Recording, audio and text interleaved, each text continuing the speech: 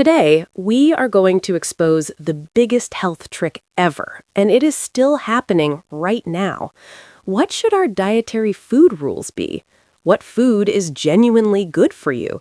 And what about vaccines? Are they safe? Do they work? And what about chemicals? Are they widely accepted as safe? There is something at the heart of this issue that is so clear it is almost unseen. Today, I am going to give you a lot of understanding on this subject. Now, I believe you know that the number one thing connected to long-term illness is food, correct? But the major question is, what is food? What do you mean by food? Did you know that there are actually two meanings of food? There's a biological meaning, and then there's a legal meaning. This is the legal meaning of food that was created in 1938 by the Federal Food, Drug, and Cosmetic Act. Items used for parts of any such items, as long as they are labeled and packaged properly, it is food. Now, what on earth did that mean? It essentially is just nonsense. It is defining food as food. It has no logic. But this legal trick meaning of food is not the true biological meaning of food, which is this: that which is eaten to support life, help the repair and growth of our bodies. Nourishment. Do you actually see what is left out in the legal meaning, like the biological reason why we eat food? To nourish our bodies. This is how the big food companies have won even before any arguments on the subject of food. You can basically make poisonous food if you package it right. So it has been very difficult to create the rules and determine what is healthy, what is not. So industry has done something clever. Not right, but very smart. Because from this one wrong meaning, companies have built a system that has literally been selling what I believe is poisonous food and making it seem normal as food. I mean, no sensible person, if they truly knew what is in junk food, would eat it. But it has been made normal, and it has been made legal, and everyone does it, so it must be fine. I mean, just consider this for a moment. If I were to ask you, is 100% of the food that people eat actually food? You would likely say no, but it is food according to the legal meaning. But here's another question. Can you create health on ultra-processed food? The answer is no. Why not? Because it is not lasting. It does not repair the body. You cannot live very long on ultra-processed food because it is at the center of long-term illness. So this one small wrong meaning has hidden the root cause of chronic disease, because now we do not truly see the cause and effect link. Do not worry, it becomes more troubling. What they then did is make healthy food actually junk. Seeing food just as calorie energy, making sugar water equal to a steak. They are both the same. They are just made from calories. As long as you eat a balanced diet, you are going to be okay. Balance between what? Real food or fake food? Like nourishment or poison? This totally removes food's responsibility for the effects that it causes. This was actually set up in 1980. At the time, they were trying to make breakfast cereal and sugar okay and normal, so they had to again make all these calories equal in value.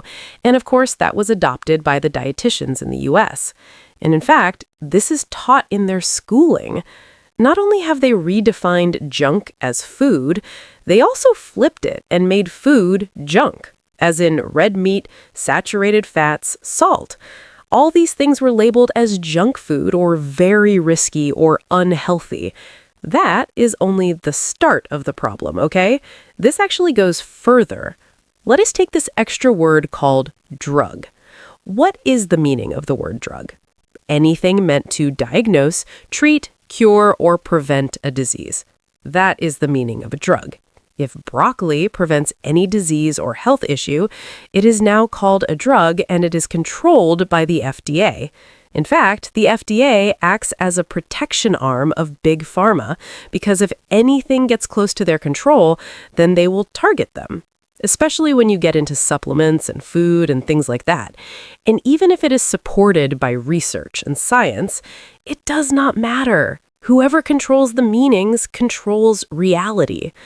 Then we get to vaccines. Let us talk about that. That was also redefined. stimulating the immune system to produce immunity to a disease and protect that person from a disease. Now, let us talk about the new meaning, okay? A preparation used to stimulate the body's immune response against diseases. Did you notice what was left out? They removed to produce immunity. So now the legal meaning of a vaccine does not have to produce immunity. It does not have to make you immune. All it has to do is stimulate an immune response. Interesting. So now when we are talking about vaccines being effective, well, according to the meaning, they are effective. They create an immune response. So when you change the meaning, you win the war even before the discussion starts. But this is why RFK Jr. is such a danger to these various industries, because he is hitting them at the very foundation of this long-standing business model that keeps everything held together, which showed that ultra-processed food calories are one of the big main drivers of chronic disease for kids. But guess what? There is actually no legal meaning of ultra-processed foods. So this gives industry another benefit of pretty much making whatever they desire. And this is why RFK right now is creating a meaning for ultra-processed food calories. But one of the things I would personally love to see is to redefine food as the biological meaning. And I would also force industry to do their own research, like real research, to prove that it nourished people, that it helped repair tissue, it helped growth. But again, to figure that out, you would have to first define what food is. Or another option, Plan B, would be to have the food companies put warning labels, just like they do with tobacco. And why can't we call it an addictive substance? There are a couple other meanings I want to discuss about. Number one is disease. So right now, they have really widened the meaning of diseases to include even risk factors as disease. Osteopenia is a disease. It used to be like a pre-osteoporosis state, but now it is a disease. And the trick with this is that you can do your yearly checks to find these pre-disease states and get you on medicine right away. It is just a chance to put more people on drugs. I mean, even like the word health. I don't know if you've ever looked this up. This was also changed by the World Health Organization. Complete physical, mental, and social well-being, not merely the absence of disease. This creates a huge need for more drugs because no one will fit that meaning of health. What health should be defined as is the capacity of adapting and repairing physically, mentally, and socially. That is a much better meaning. And unfortunately, there are all these new plans that are coming out that are loosely defining food. I think this is the hidden trick that just brings in this meaning and redefines what health is. But of course, if you look at those meals, they are industrial calories. They are industrial foods. They are ultra-processed food calories. They want the insurance to pay for it. I mean, to have your insurance pay for ultra-processed foods is just another way of getting it funding. But I don't know if you know this, but these subsidies, which are taxpayer dollars spent to help farmers get from hard times and help support farmers to have a stable market, have turned into something completely different. 1/3 of the subsidies are spent now on fuel, like ethanol from corn, and the vast majority of these subsidies, billions of dollars, go to the top 10% of farmers, the very wealthy industrial farmers, not the small farmers producing real foods. And so if you take like a soda, right, that costs $1, how much does corn syrup actually cost in that can? Like 2 cents. So the only people that benefit is big food.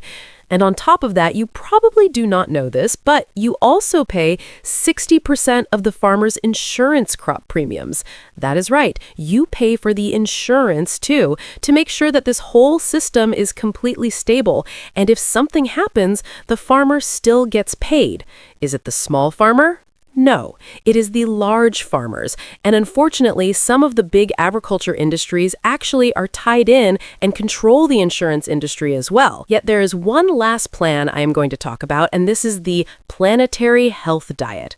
Sounds fairly nice on the outside, but when you look a little deeper, this is just about pushing the new plans on lab-grown meat, plant-based alternatives, get rid of animal meat, the type of calories that can truly create health. They want to remove that, and they want to replace that with more soy protein. So when we are talking about sustainability, they will also bring up this point of, well, if we do not support these foods, people are going to starve to death. Instead of supporting these industrial crops, why don't we just make a simple switch and change these subsidies to real food based on the biological meaning of food? And that way, we support the farmers who really care about your food and make that more affordable. Why are we rewarding the junk food industry to give us more chronic disease? We must focus on the subject of food, and we are talking about the true biological meaning. I think it is very important for you to understand what that actually means in real foods. And for that information, you need to watch this video right here. Check it out.